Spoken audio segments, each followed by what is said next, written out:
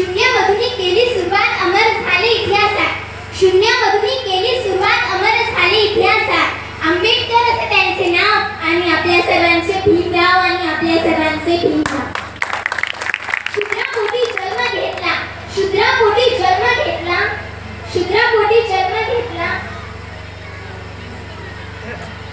आयुष्य गेले लढण्यात प्रत्येकाचा विचार करण्यात आयुष्य गेले लढण्यात प्रत्येकाचा विचार करण्यात या देशाला समतेकडे नेण्यात आणि प्रत्येकाला भारतीय म्हणून घडवण्यात आणि प्रत्येकाला भारतीय म्हणून घडवण्यात नमस्कार मी सुचित्रा सरदार यासाठी मोरगाव साधीच्या येथे आयोजित झालेल्या जयंतीच्या या कार्यक्रमाला मी या महामानवाबद्दल मला जी माहिती आहे ती सांगण्याचा प्रयत्न करते डॉक्टर बाबासाहेब आंबेडकर यांचा जन्म 14 एप्रिल 1891 रोजी मध्य प्रदेशातील मथुरा या गावी झाला.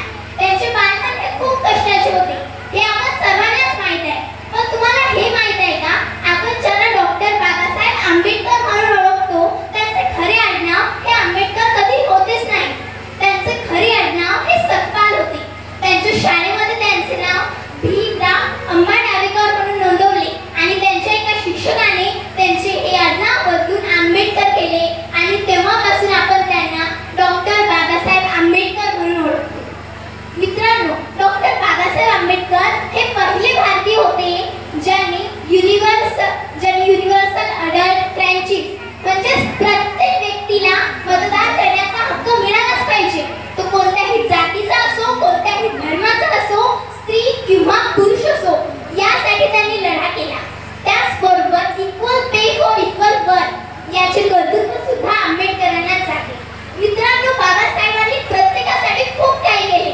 त्याचबरोबर कामगारांसाठी त्यांनी जे कार्य केले ते म्हणजे कामगार आधी 12 ते 14 तास काम करायचे. तेव्हा बाबासाहेबांनी एक निर्णय घेतला आणि कायदा तयार केला की कामगार हे फक्त 8 तास काम करतील आणि तेव्हापासून कामगार हे 8 तास काम करतात. बाबासाहेबांनी हिंदू कोड बिल हा कायदा तयार केला.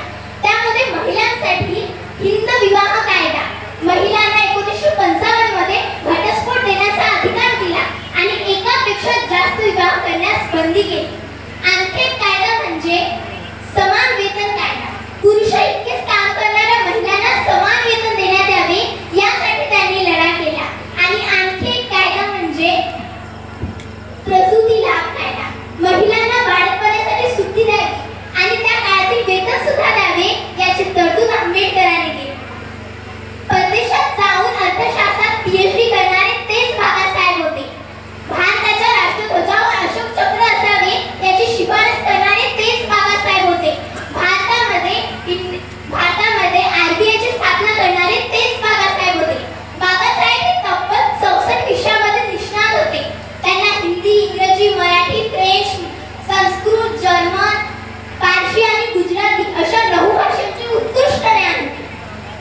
बाबासाहेबांनी नदी खोर संकल्प केला.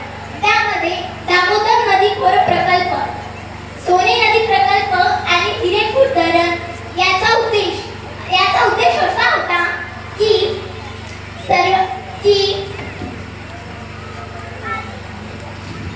एवढे बोलून थांबते.